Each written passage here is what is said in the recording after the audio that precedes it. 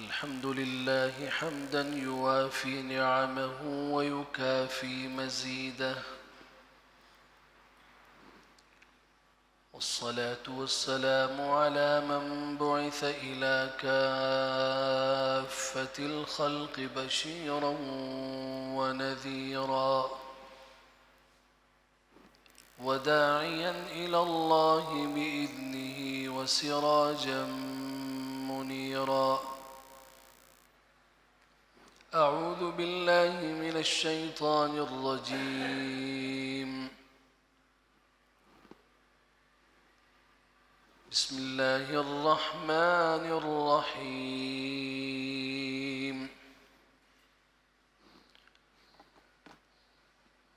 فإن كذبوك فقل ربكم ذو رحمة واسعة. وقال سبحانه عز وجل: لا تيأسوا من روح الله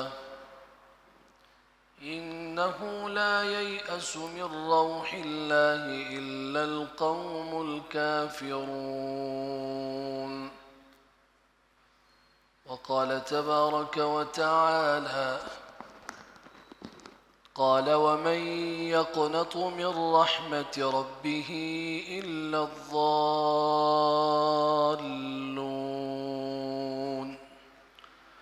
وقال سبحانه عز وجل: قل للذين كفروا إن ينتهوا يغفر لهم ما قد سلف وإن يعودوا فقد مضت سنة الأولين. وقال تبارك وتعالى: قل يا عبادي الذين أسرفوا على أنفسهم لا تقنطوا من رحمة الله إن الله يغفر الذنوب جميعا إنه هو الغفور الرحيم.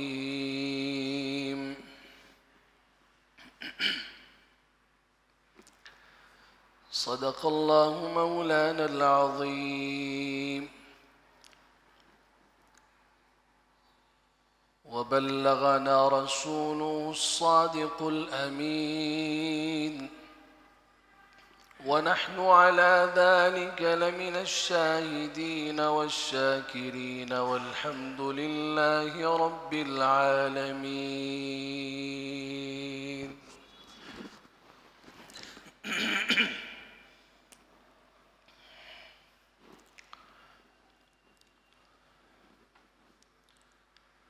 رمضان المبارک کا مہینہ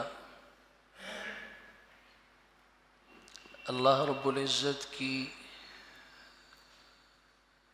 برکتوں، رحمتوں، مغفرتوں اور عنایات، تجلیات اور برکات کا ایک عظیم الشان مہینہ ہے۔ رسول اللہ صلی اللہ علیہ وسلم نے اس کے پہلے عشرے کو رحمت کا عشرہ قرار دیا ہے۔ رحمت اور چیز ہوتی ہے، مغفرت اور بخشش اور چیز ہوتی ہے، اور جہنم سے خلاصی یہ ایک اور چیز ہے۔ پہلا عشرہ رحمت کا، دوسرا مغفرت کا، اور تیسرا عشرہ عتق من النار، جہنم سے آزادی اور خلاصی کا ہے۔ اللہ کی رحمت کیسی ہے؟ اس کی وسعت کس قدر ہے؟ اور کیا اللہ کی رحمت صرف اہل ایمان کو حاصل ہے یا پھر دنیا کی تمام مخلوقات کو اس میں سے کچھ حصہ ملتا ہے؟ اس عنوان پر اپنی بات کو قرآن سے، رسول اللہ صلی اللہ علیہ وسلم کے فرمان سے مزین کرنے کے لیے میں نے قرآن مجید کے مختلف مقامات سے کچھ آیات آپ کے سامنے خطبے میں پڑھی ہیں۔ سورہ انعام آیت نمبر 147، سورۃ یوسف آیت نمبر 87، سورۃ الحجر آیت نمبر 56، سورۃ الانفال آیت 28، سورہ زمر آیت نمبر 53۔ دوران خطبہ میں نے آپ حضرات کے سامنے پڑھی ہیں تاکہ ہمیں اللہ کی رحمت کا احساس ہو اور اللہ کی رحمت ہمیں سمجھ میں آئے۔ اللہ رب العزت قرآن اور حدیث کی روشنی میں حق اور سچ بات صحیح صدق دل سے اور سچی نیت کے ساتھ بیان کر سکنے کی توفیق عطا فرمائے، اور اللہ رب العزت مجھے اور آپ کو، پوری امت مسلمہ کو قرآن و سنت کا متبع بنائے۔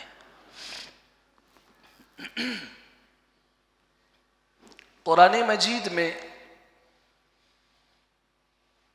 اگر ہم لفظ رحمت کو تلاش کریں اور وہ الفاظ اور کلمات جو رحمت سے مل کر بنے ہیں تو ان کی کل تعداد ہے 598۔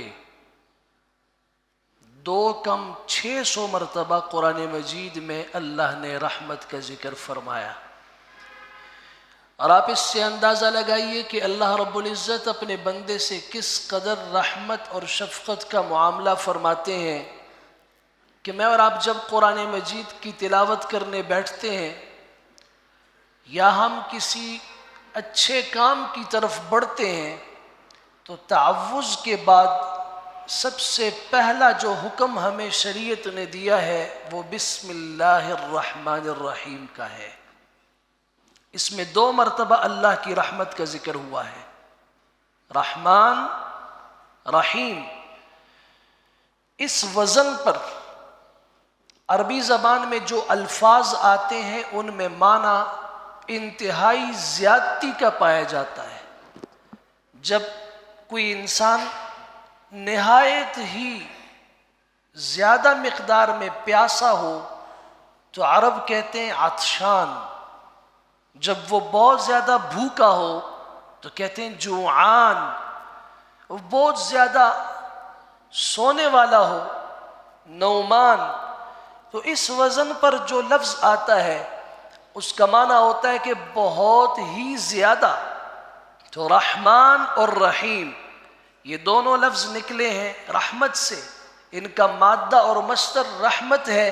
اس کا مطلب یہ ہوا شروع اس اللہ کے نام سے کرتا ہوں جو نہایت ہی مہربان ہے اور بہت زیادہ رحم کرنے والا ہے۔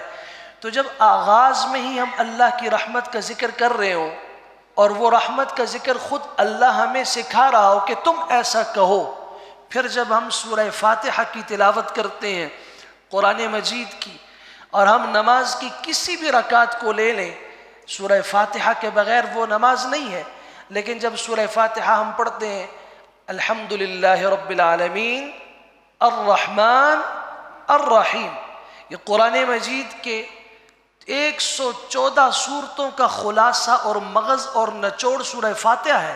اس سورہ فاتحہ کی دوسری آیت میں اللہ کی بے پناہ رحمت کا اور وسعت رحمت کا ذکر انسان کرتا ہے۔ اس سے پتہ چلا کہ اللہ، اس کی رحمت کا کوئی کنارہ نہیں ہے، اس کی رحمت محدود نہیں ہے، اس کی رحمت کو تولا اور ناپا نہیں جا سکتا۔ فَإِن كَذَّبُوكَ فَقُلْ رَبُّكُمْ ذُو رَحْمَةٍ وَاسِعَةٍ، اگر یہ لوگ آپ کو جھٹلاتے ہیں تو آپ جواب میں کچھ نہ کہیے، صرف ایک بات کہہ دیجئے کہ تم جھٹلاؤ خیر ہے۔ کبھی بھی جب اللہ کی طرف پلٹ کے آؤ گے نا تو یاد رکھو ربکم ذو رحمت واسعہ، تمہارا رب بڑی وسیع رحمتوں والا ہے، بہت ہی بڑی رحمتوں والا ہے۔ ایک انسان، اس کی پوری زندگی کفر میں گزری، ساری زندگی شرک میں گزری، اللہ کی نافرمانی میں گزری، بغاوت میں گزری، اس نے اپنے رب کا ایک حکم بھی نہیں مانا، ایک حکم بھی نہیں مانا۔ حکم تو دور کی بات ہے، اس نے پوری زندگی اپنے رب کو رب نہیں مانا، اپنے رب کو رب نہیں مانا۔ دنیا بھری پڑی ہے ہمارے شمال مشرق کے اس خطے میں، روس اور چائنا کے یہ لوگ اس طریقے سے آگے بڑھتے جائیے، ان کا اکثر طبقہ کمیونسٹ ہے، جنہیں ہم دہریہ کہتے ہیں۔ یہ وہ لوگ ہیں جو اللہ کے وجود کے قائل نہیں ہیں، جو کہتے ہیں کائنات خود بخود بنی ہے، ایک دھماکہ ہوا، اس دھماکے کے نتیجے میں آسمان و زمین الگ ہوئے اور اس کے اندر پہاڑیاں بنی، پانی نکلا، چشمے بہے، اور ایک نظام دنیا کے اندر خود بخود وجود میں آ گیا۔ جس طریقے سے برسات کے اندر کیڑے مکوڑے خود بخود پیدا ہو جاتے ہیں، اس طریقے سے خود بخود انسان پیدا ہو گئے، جانور پیدا ہو گئے، کیڑے مکوڑے پیدا ہو گئے، کائنات کی مخلوق پیدا ہو گئی۔ یہ ایک الگ موضوع ہے، ہم اس طرف نہیں جاتے کہ عقل کے مارو دنیا کے اندر ایک سوئی جیسی چھوٹی سی چیز اور ایک انتہائی کم قیمت والی چیز جسے آپ ماچس کہتے ہیں، اس ماچس کی ایک تیلی بھی از خود نہیں بنتی، اس کے بنانے میں بھی کتنی محنت صرف ہوتی ہے۔ کتنے لوگوں نے درختوں کو خریدا، ان کی کٹائی کی، انہیں چھوٹا کیا، اٹھا کے فیکٹریوں میں لائے، فیکٹریوں میں ان کی باریک تیلیاں بنائی گئیں اور اس کے اندر مسالہ لگانے والے لوگ الگ تھے، پھر چھوٹی چھوٹی پیکٹوں میں ان کو بند کرنے والے، پھر بڑے کارٹنوں میں، پھر اس کو لینے والا بڑا ڈیلر، اور اس نے خرید کے چھوٹے دکاندار پہ فروخت کیا۔ چھوٹے دکاندار کے پاس ہمارا بچہ گیا، ماچس ہمارے گھر میں آئی، اس کے پیچھے ہزاروں لوگوں کی محنت ہے یا نہیں ہے؟ ایک چیز، تم صاحب عقل و شعور ہو، بتاؤ کہ دنیا کے اندر از خود بنی ہو؟ نہیں تو اتنا خوبصورت انسان جو اشرف المخلوقات ہے، جو کائنات کا دلہا ہے، یہ خود بخود کیسے بن گیا؟ لیکن کوئی بات نہیں، میرا رب یہ اعلان کر کے کہتا ہے کہ ایسے لوگ بھی میری رحمت سے دور اور مایوس نہ رہیں۔ یہ مجھے نہیں مانتے، میرا حکم نہیں مانتے، میرے پیغمبر کو نہیں مانتے، میری کتاب ہدایت کو نہیں مانتے، کوئی بات نہیں ہے۔ فَقُلْ رَبُّكُمْ ذُو رَحْمَةٍ وَاسِعَةٍ، میرے پیغمبر ان کے جواب میں آپ کہہ دیجئے تمہارا رب بڑی وسعتوں والا ہے۔ حضرت یوسف جیسا خوبصورت بیٹا، باکمال بیٹا، جس نے مستقبل میں نبی بننا تھا، خوبصورت بھی ہے اور مستقبل کے اندر نبی بھی بننے والا ہے، نبی کا بیٹا ہے اور سب سے چھوٹا ہے۔ ہر اعتبار سے باپ کی نظر جب بیٹے کے اوپر جاتی ہے، اس کے بھائی حسد میں مبتلا ہو جاتے ہیں، باپ سے الگ کر کے اسے کنویں میں پھینک کے اس کے قتل کے منصوبے بناتے ہیں، اس کے ساتھ کیا کیا جائے۔ سب سے رحم دل فیصلہ یہی تھا، اس کو قتل نہ کرو۔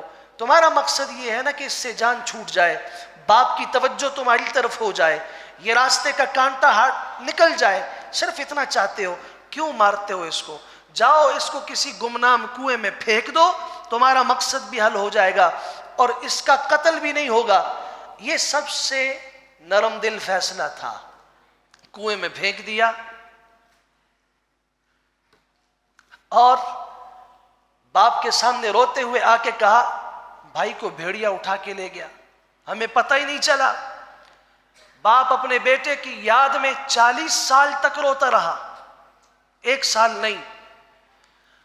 اور بڑے درد دل سے کہتا ہوں، ذرا سوچئے، کسی کا بیٹا مر جائے، غم ہوتا ہے، افسوس ہوتا ہے، لیکن 2-3 دن کے بعد صبر آ جاتا ہے کہ اللہ کی امانت ہے، اللہ نے لے لی۔ لیکن وہ گم ہو جائے تو ساری زندگی ماں باپ کے لیے آئے دن موت سے زیادہ سخت ہوتی ہے۔ مر جاتا، ہم اپنے ہاتھوں سے غسل دیتے، کفناتے، اٹھا کے قبر میں لے جاتے، ہمیں اس کی قبر کا تو پتہ ہوتا نا۔ جہاں اس کی ہڈیاں ہیں آج، اس جگہ کا تو پتہ ہوتا نہیں۔ 40 سال گزر گئے، یہ 40 سال ایک باپ کے اوپر کیسے گزرے جس سے اس کا بیٹا یوسف جیسا الگ کر دیا گیا ہو؟ روتے رہے روتے رہے، آنکھیں سفید ہو گئیں۔ ابن کثیر رحمۃ اللہ تعالی نے روایت نقل کی ہے، باقی بعض حضرات نے بھی معجم طبرانی وغیرہ کے اندر بھی موجود ہے، حضرت رو رہے تھے، ان کا بھائی ان کے پاس موجود تھا۔ بعد میں کچھ عرصے کے بعد بنیامین بھی حضرت یوسف علیہ السلام کے پاس چلا گیا۔ ایک سب سے چھوٹا بیٹا یوسف، اس سے بڑا بنیامین، یہ دونوں الگ ہو گئے۔ باپ کے لیے پہلے غم کچھ کم تھا، اور بڑھ گیا، آنکھیں رو رو کے سفید ہو گئیں، نظر غائب ہو گئی، رو رو کے، لیکن روئے کسی اور کے سامنے نہیں، روئے تو صرف اپنے رب کے سامنے۔ انما اشکو بثی وحزنی الی اللہ، میں اپنا وہ غم جو سب کو نظر آ رہا ہے، اور وہ غم جو میرے دل کو پتہ ہے کہ میں کیسے اندر سے کڑ رہا ہوں، اللہ یہ سارے غم اپنے کھلے اور پوشیدہ تیرے سپرد کرتا ہوں۔ 40 سال کا عرصہ گزرا، رو رو کے آنکھیں سفید ہو گئیں۔ بھائی پاس میں بیٹھا ہوا پوچھتا ہے، بھائی یعقوب، آنکھیں تمہاری سفید ہو گئیں اور تمہاری کمر جھک کے کمان بن گئی، یہ کیوں ہوا؟ بھائی کے پوچھنے پر بھائی نے اپنا راز کھول کے کہا، تمہیں پتہ نہیں ہے، آنکھیں تو سفید ہو گئیں یوسف کے پیچھے رو رو کر، اور کمر جو ہے وہ جھک گئی، ٹوٹ گئی بنیامین کے بچھڑنے پر۔ یہ بات ادھر جملہ زبان سے نکلا، ادھر حضرت جبرائیل امین پاس پہنچائے، فرمایا یعقوب آپ کا یہ جملہ اللہ کو پسند نہیں آیا۔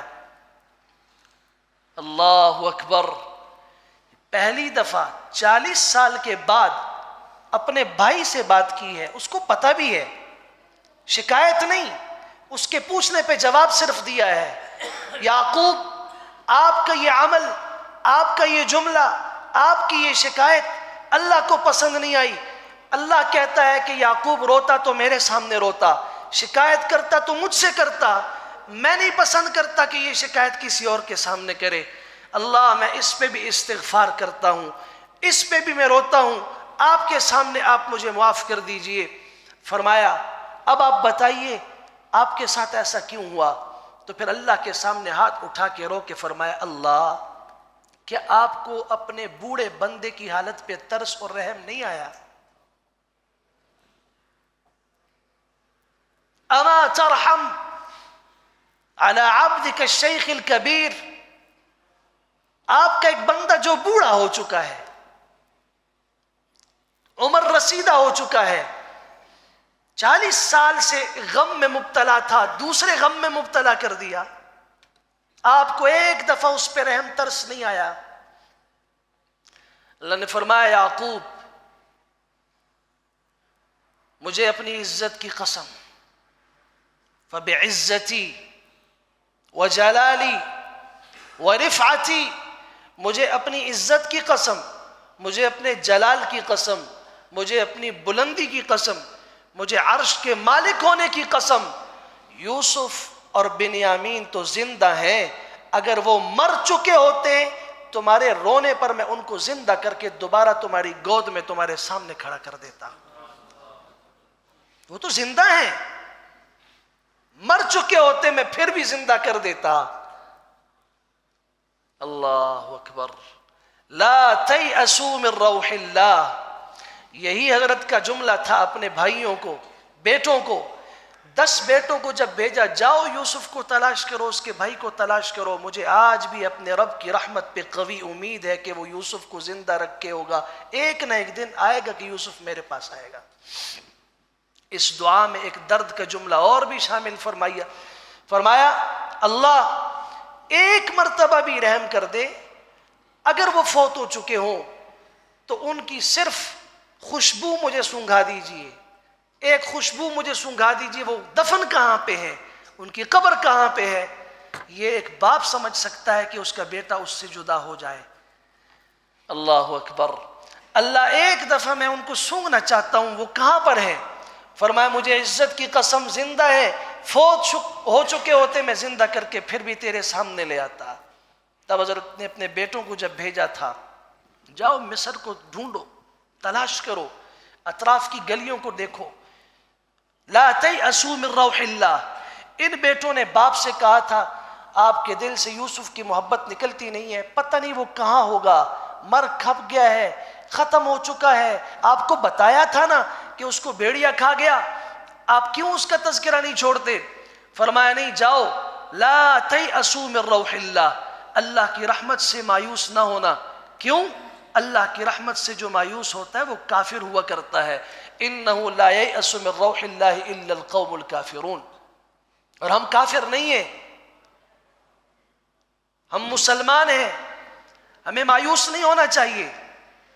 قرآن مجید کی سب سے زیادہ امید دلانے والی آیت میں نہیں کہہ رہا، میرے پیغمبر صلی اللہ علیہ وسلم کے صحابہ میں سے فقیہ الامہ حضرت عبداللہ بن مسعود رضی اللہ تعالیٰ فرماتے ہیں کہ یہ قرآن مجید کی سب سے زیادہ امید دلانے والی آیت ہے، سورہ زمر کی آیت نمبر 53۔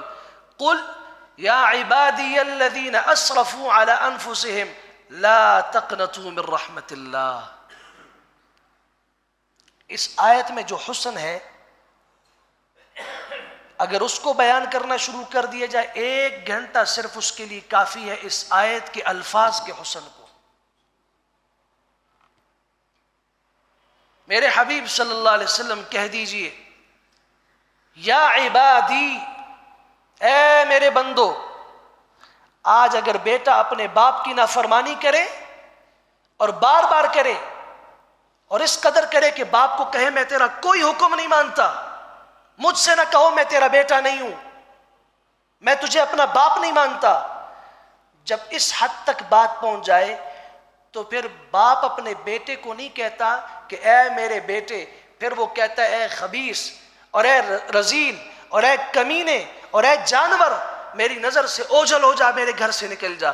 پھر اس کو یہ نہیں کہتا میرے بیٹے، لیکن اس جملے میں اللہ اس کو بھی فرما رہے ہیں جو کافر ہے، جو اللہ کو نہیں مانتا، اس کو بھی فرما رہے ہیں جو اللہ کا حکم نہیں مانتا، اس کو بھی جس نے آج تک پوری زندگی میں اپنے رب کو رب تسلیم نہیں کیا، اسے بھی کہا جا رہا ہے یا عبادی، اے میرے بندو۔ ذہن کہتا ہے کہ میرے بندوں کو جب اللہ کہہ رہا ہے تو یہ بڑے اچھے لوگ ہوں گے، تقوی والے ہوں گے، علماء ہوں گے، نیک اور صالح ہوں گے، تہجد گزار ہوں گے۔ نہیں، یا عبادی الذین اسرفوا علی انفسہم، میرے وہ بندو جنہوں نے اپنی جانوں پہ ظلم کیا، اپنی جانوں پہ ظلم کیا۔ علی انفسہم، یہ میرے اوپر یہ جبہ ہے، یہ کپڑے ہیں، یہ رومال ہے، یہ میرے اوپر ہے۔ میرے اوپر ہونے کا مطلب انہوں نے میرے پورے بدن کو چھپا دیا ہے، جو حصہ ان کے نیچے آیا وہ نظر نہیں آ رہا۔ علی انفسہم، جنہوں نے اتنے گناہ کیے کہ وہ گناہوں کے نیچے خود چھپ گئے، ان کے ہر طرف گناہوں کے ڈھیر لگے ہوئے ہیں، ان کی نظروں نے بھی اتنے گناہ کیے، ان کے ہاتھ پاؤں نے بھی اتنے گناہ کیے، ان کے کانوں نے، اعضاء نے اتنے گناہ کیے کہ وہ اپنے گناہوں کے نیچے دب کے چھپ گئے ہیں، جیسے کپڑے کے نیچے انسان کا بدن چھپ جاتا ہے۔ کوئی بات نہیں میرے بندے، جب میں نے تجھے اپنا بندہ کہہ دیا ہے اور میں نے کہہ دیا کہ میں ہی تیرا رب ہوں، میرے سوا کوئی رب نہیں ہے، اور جب میں نے کہا کہ لا الہ الا اللہ اس دنیا کی جان ہے، میرے سوا کوئی معبود نہیں ہے، چل تو مجھے مانتا ہے نہیں مانتا، تو مجھے تسلیم کرتا ہے نہیں کرتا، تو مجھے اللہ اور رب سمجھتا ہے نہیں سمجھتا، کوئی بات نہیں، میرا بندہ تو ہے، میں تجھے اپنا بندہ تو مانتا ہوں۔ لا تقنطوا من رحمت اللہ، اللہ کی رحمت سے مایوس نہ ہونا۔ کیوں؟ ان اللہ یغفر الذنوب جمیعا، تم جتنے بھی گناہ لے کر آؤ گے، ندامت کا ایک آنسو بہاؤ گے، وہ سارے گناہ ختم کر دوں گا۔ کیسے ختم کروں گا؟ سورہ فرقان 19واں پارہ ہے، اس کی آیت 69 اور 70 کو پڑھیے ذرا۔ وہ لوگ جو اللہ کے ساتھ شرک کرنے والے ہیں، وہ لوگ جو ناحق قتل کرنے والے قاتل ہیں، وہ لوگ جو زنا کرنے والے بدکار ہیں. والذین لا يدعون مع اللہ الہا آخر ولا يقتلون النفس التي حرم اللہ الا بالحق ولا يزنون ومن يفعل ذلك يلقى اثاما. جنہوں نے ایسے کام کیے وہ جہنم کی ایک وادی ہے اسام، اس کے اندر داخل ہوں گے. جہنم کی اس وادی میں مشرک کو کہا جائے گا جاؤ، قاتل کو کہا جائے گا جاؤ وہاں داخل ہو جاؤ، زانی اور بدکار کو کہا جائے گا اس میں جاؤ. ہاں کچھ ہیں جو یہ سب کچھ کر لینے کے بعد بھی کہہ دیتے ہیں اے اللہ معاف فرما، اے اللہ مجھے معاف فرما. مجھے اپنے گناہوں کی تعداد کا علم نہیں ہے کہ میں نے کتنے گناہ کیے ہیں اور کتنے بڑے بڑے گناہ کیے ہیں. دنیا کے تباہ کرنے کے لیے صرف ایک گناہ کافی ہے، شرک کا. ایک بیوی اپنی محبت میں اپنے خاوند کے لیے جائز بیوی بھی برداشت نہیں کرتی. شریعت نے خاوند کو اجازت دی ہے کہ وہ 4 شادیاں کرے، لیکن آپ جا کے اپنی اہلیات محترمات سے پوچھ لیجئے کہ مجھے شریعت نے اجازت دی ہے، اور آپ بھی ماشاءاللہ مسلمان ہیں، آپ بھی شریعت کو ماننے والی ہیں، تو اللہ کی قسم کبھی بھی نہیں برداشت کرتی. جائز محبت میں بھی تو ناجائز محبت کے اندر اور ناجائز عبادت میں اور ناجائز پکار میں اللہ تعالیٰ اپنے ساتھ کسی اور کو کیسے شریک کرتا ہے، کیسے برداشت کرتا ہے؟ اس جیسا بڑا گناہ دھرتی پہ کوئی نہیں ہے. اور پھر مسلمان کے لیے سب سے بڑا گناہ قتل ہے، اس سے بڑا اور کوئی گناہ نہیں ہے. اس کے بعد زنا ہے. یہ 3 گناہ کرنے والے جہنم کی وادی میں جائیں گے. لیکن الا من تاب وآمن وعمل عملا صالحا فاولئک یتوب اللہ یبدل اللہ سیئاتہم حسنات. جس نے توبہ کی ان سارے گناہوں کے بعد، وہ اپنے رب کی رحمت سے مایوس نہیں ہوا، اسے یقین تھا کہ مجھے میرا رب معاف کرے گا. یہ سب کچھ کرنے کے بعد جب وہ کہتا ہے اللہ مجھے معاف فرما، اللہ سے مغفرت طلب کرتا ہے، تو اللہ صرف اس کے گناہوں کو معاف نہیں فرماتے، اس کے گناہوں کو ختم نہیں کرتے، بلکہ اس کے صحیفہ اعمال میں جتنے گناہ تھے قرآن یہ کہہ رہا ہے کہ اللہ ان کو نیکیوں میں تبدیل فرما دیتے ہیں. اس سے بڑی رحمت کی اور کوئی دلیل ہو سکتی ہے؟ 70 سال تک گناہ کر کے اپنا پورا اعمال نامہ گناہوں سے سیاہ کر دیا. آج اگر وہ توبہ کرنا چاہتا ہے، یہ بھی بڑی بات تھی کہ 70 سال کے بعد جب کسی کام کا نہیں رہا، اب اولاد کے لیے بھی بوجھ بن گیا، اب عزیز و اقارب پر بھی بوجھ ہے، اب تو بیوی کے لیے بھی بوجھ ہے. وہ بھی کہہ دیتی بابا جی جاؤ مسجد میں جا کے بیٹھو، ادھر بچے بھی آپ سے تنگ ہوتے ہیں، ان کو جھڑکتے رہتے ہو، ان پہ ڈانٹتے رہتے ہو، جاؤ مسجد کے اندر. وہ بیوی بھی برداشت نہیں کرتی، اولاد بھی تنگ ہے، حتیٰ کہ وہ انسان خود اپنی زندگی سے خود تنگ ہے. اللہ مجھے اٹھا لے، لیکن اللہ تعالیٰ اس سے تنگ نہیں ہے، اللہ اس سے تنگ نہیں ہے. یہ 70 سال تک کرنے کے بعد اگر یہ توبہ کرنا چاہتا ہے تو اللہ تعالیٰ اگر اس کے صرف گناہ معاف کر دیں یہ کافی نہیں ہے؟ میں نہیں. یہ جب صحیح توبہ کرے گا تو یبدل اللہ سیئاتہم حسنات، اللہ اس کے گناہوں کو نیکیوں میں تبدیل کر دے گا. یہ قرآن کا فیصلہ ہے. وآخرون اعترفوا بذنوبهم خلطوا عملا صالحا وآخر سیئا.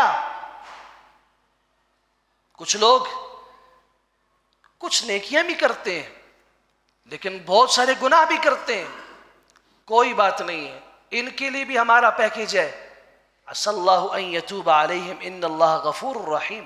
یہ بھی اللہ کے دربار میں آ کے اللہ سے معافی مانگے، اللہ ان کو بھی معاف کرنے کے لیے تیار ہے. بنی اسرائیل کے ایک شخص نے 99 آدمی قتل کیے، ایک نہیں 99. اور 99 کو قتل کرنے کے بعد ایک صاحب سے پوچھنے لگا میں نے 99 آدمیوں کا قتل کیا ہے، میری معافی کا کوئی راستہ ہے؟ اس نے کہا نہیں. 99 قتل کیے، معافی کا راستہ نہیں. اس نے اس کو بھی قتل کر دیا. بخاری اور مسلم کی روایت ہے. 100 پورے کر دیے. اس سے پتہ چلا، علماء نے یہاں سے مسئلہ نکالا، جس کو پتہ نہ ہو اس کو مسئلہ اپنی طرف سے نہیں بتانا چاہیے. 99 آدمی قتل کر دیے، وہ توبہ کرنا چاہتا ہے، تم کیسے کہتے ہو کہ اس کی توبہ قبول نہیں ہے؟ پتہ نہیں، چھوڑ دو. 100 آدمیوں کا قاتل ایک صاحب علم کے پاس جاتا ہے، کہتے کوئی ہے راستہ؟ کہتے ہاں، علماء کی فلاں جگہ بستی ہے، اہل علم ہے وہاں، ان کے پاس جاؤ، ان سے پوچھو. تو صحیح بخاری کے الفاظ ہیں کہ یہ شخص چل پڑا، صدق نیت رکھ کے، بس جاتا ہوں وہاں، ان لوگوں کے پاس رہوں گا اور توبہ کر کے زندگی گزاروں گا. راستے میں اس کی موت ہو گئی. عذاب کے فرشتے بھی آ گئے، رحمت کے فرشتے بھی آ گئے، اس کو ہم لے کے جائیں گے کیونکہ یہ توبہ کی نیت سے نکل چکا تھا، لیکن اس نے توبہ تو نہیں کی، یہ وہاں پہنچا نہیں ہے، راستے میں مر چکا ہے، اس کو ہم لے کے جائیں گے. 100 آدمیوں کا قاتل ہے. فیصلہ اللہ کی عدالت میں پہنچا. اللہ نے فرمایا جاؤ زمین کو ناپو، اگر اس نے جو راستہ طے کیا ہے وہ کم ہے، باقی زیادہ ہے، تو اٹھا کے جہنم کی طرف لے جاؤ، اور جو راستہ طے کیا اگر وہ زیادہ ہے اور باقی ماندہ راستہ تھوڑا ہے تو جہنم کی طرف لے جاؤ. دوسری روایت کے الفاظ ہیں کہ اللہ تعالی نے زمین کو حکم دیا ادھر سے تو تنگ ہو جا، اور ادھر سے فرمایا زمین کو تو لمبی ہو جا. اس نے راستہ حقیقت میں کم طے کیا تھا، راستہ باقی زیادہ تھا. اللہ نے طے شدہ راستے کو بڑھا کے کھینچ کے لمبا کر دیا، باقی راستے کو کم کر دیا. فرشتوں نے آ کے اس جگہ کو دیکھا، رحمت کے فرشتے اٹھا کے جنت میں لے گئے. لا تیأسوا من روح اللہ. اس لیے کبھی بھی کسی انسان کے اوپر یہ فتویٰ مت لگاؤ، اور نہ اس کے اوپر یہ زبان استعمال کرو کہ اللہ تمہیں معاف نہیں کرے گا. اللہ نہ بنو، اللہ کے بندے بنو. تمہیں یہ اختیار کس نے دیا ہے کہ اللہ کی رحمت کو کم کرتے ہو، اس کی رحمت میں کمی لاتے ہو؟ اس کے لیے بھی حدیث ہے ابو داؤد شریف کی، سنن ابی داؤد میں روایت موجود ہے. 2 دوست تھے، ایک عبادت گزار تھا اور بہت عبادت کرنے والا، دوسرا انتہائی گناہگار تھا. ایک دن اس گناہگار سے ایک بہت بڑی غلطی ہو گئی. دوسرے دوست نے اس کو کہا دفع ہو جاؤ، اللہ کے حکم کو نہیں مانتے، اللہ سے نہیں ڈرتے. اس نے آگے سے کہا یہ میرا اور میرے رب کا معاملہ ہے، تم کیوں نگران بنتے ہو، تم مجھ پہ کیوں سختی کرتے ہو؟ دوست کو غصہ آیا اور اس نے کہا کہ جاؤ، اللہ کی قسم، اس نے اللہ کی قسم کھا کے کہا اللہ کی قسم تم جنت میں کبھی نہیں جاؤ گے، اور جہنم تمہارے لیے دروازے جہنم کے کھلے ہیں. واللہ لا یغفر اللہ لک ابدا، اللہ کی قسم اللہ تیری مغفرت کبھی نہیں فرمائے گا. واللہ لا یدخلک اللہ الجنت ابدا، اللہ جنت میں تجھے کبھی داخل نہیں کرے گا. یہ جملہ تو زبان سے نکل گیا اور وہ دوست خفا ہو کے چلا گیا. ان کی دونوں کی موت واقع ہو گئی. موت کے بعد اللہ کے حضور پیش ہوئے. اللہ نے اس کو فرمایا کہ تم نے اس بندے کو جہنمی کس بنیاد پہ کہا تھا؟ تم نے جو قسم کھا کے کہا تھا کہ تجھے اللہ جنت میں نہیں لے جائے گا، کیوں کہا تھا؟ اتستطيع ان تحضر رحمتی علی عبدی، کیا تمہارے اندر یہ طاقت ہے کہ تم میری رحمت کو میرے بندوں پہ بند کر دو؟ میری رحمت کو میرے بندوں پہ بند کر دو، اس کی طاقت تم رکھتے ہو؟ اس نے کہا اللہ نہیں رکھتا. فرمایا اذهبوا به الى النار، گھسیٹ کے جہنم کی طرف لے جاؤ. سیدنا ابو ہریرہ رضی اللہ عنہ اس روایت کے راوی ہیں. وہ اس روایت کو نقل کرنے کے بعد فرماتے ہیں اللہ کی قسم ایک جملے نے، ایک کلمے نے اس کی دنیا اور آخرت تباہ و برباد کر دی. ایک کلمے نے. بخاری اور مسلم کے اندر متفق علیہ روایت موجود ہے. گناہگار شخص بنی اسرائیل کا، ہر طرف گناہ ہی گناہ، موت کے وقت اپنے بیٹوں سے کہتا ہے شرمندہ ہوں، میں نے زندگی میں کوئی نیکی نہیں کی سوائے ایک ایمان کے، میرے پاس کچھ نہیں ہے. میں ڈرتا ہوں کہ میں اپنے رب کے سامنے کس طرح کھڑا ہوں گا، لہذا جب میں مر جاؤں، میری موت واقع ہو جائے، میرے جسم کو ٹکڑے ٹکڑے کر کے اس کو آگ لگا دینا، پھر اس کی جو راکھ ہے اس راکھ کو کچھ ہوا میں اڑا دینا، کچھ صحرا میں بکھیر دینا، کچھ سمندر کے پانی میں ڈال دینا، تاکہ راکھ کے ذرے دائیں بائیں بکھر جائیں گے تو میں اللہ کے سامنے کھڑا نہیں ہوں گا۔ اسی طریقے سے وصیت کے مطابق بچوں نے کیا۔ اللہ نے اس پانی کو بھی حکم دیا، صحرا کو بھی حکم دیا، ہوا کو بھی حکم دیا، اس کے ذرات کو جمع کرو۔ ذرات کو جمع کرنے کے بعد اللہ نے زندہ کر کے کھڑا کر کے پوچھا، تم نے ایسا کیوں کرنے کو کہا تھا؟ اس نے کہا اللہ صرف اس وجہ سے آپ کے سامنے کھڑے ہونے کا ڈر اور خوف تھا تو اہل ایمان میں سے، کافر نہیں تھا گناہگار۔ موت کے وقت اس کو جو یہ اللہ کا خوف اس قدر نصیب ہوا، فرمایا جا فاغفر لک، میں نے تیری مغفرت کر دی، جا میں نے تیری مغفرت کر دی۔ اے داؤد، یہ لوگ جو مجھ سے بھاگتے پھرتے ہیں، میری نافرمانی کرتے ہیں، اگر ان کو پتہ چل جائے کہ میں رب ان سے کتنی محبت کرتا ہوں، ان کے توبہ کا کس قدر انتظار کرتا ہوں، اور مجھے ان سے ملاقات کا کس قدر شوق ہے، اگر ان کو پتہ چل جائے لماتوا شوقا الی، تو یہ میرے شوق کی وجہ سے مر جائیں گے، ان کے کلیجے پھٹ جائیں گے۔